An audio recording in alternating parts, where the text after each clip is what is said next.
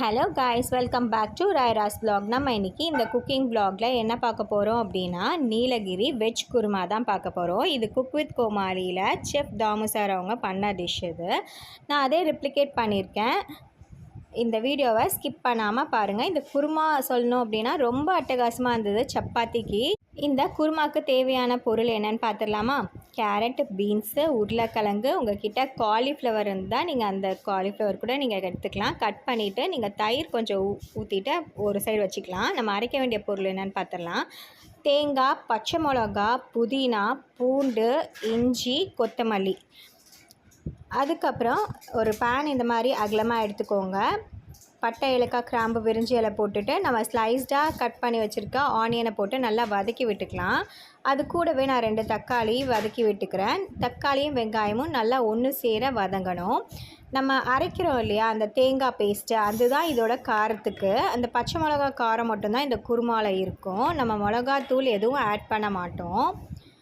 நல்லா ஒன்று சேர வதக்கி விட்டதுக்கப்புறமா நான் இப்போது வெஜ்ஜிஸ் ஆட் பண்ணிக்கிறேன். வெஜ்ஜிஸ் ஆட் பண்ணி நல்லா மிக்ஸ் பண்ணி விட்டுக்கோங்க. இது நீங்கள் குக்கர்லேயும் செய்யலாம். நான் இந்த கடாயிலே செஞ்சுட்டேன் இன்றைக்கி.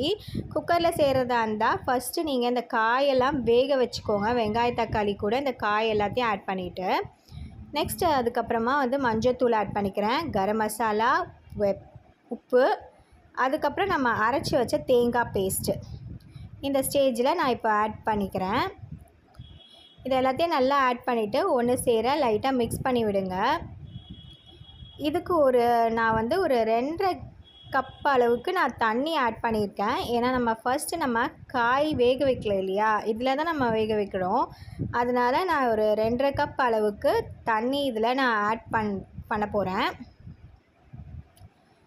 ஸோ ஆட் பண்ணிவிட்டு நல்லா கொதி வரட்டும். அப்போ தான் நல்லா அந்த பச்சை வாசனை எல்லாம் போகும். இப்போ பாருங்கள், அந்த கன்சிஸ்டன்சி எல்லாம் அந்த கலர் அந்த ஹோட்டலில் கொடுக்குற அந்த வெஜ் குருமா கலர் வந்துருச்சு.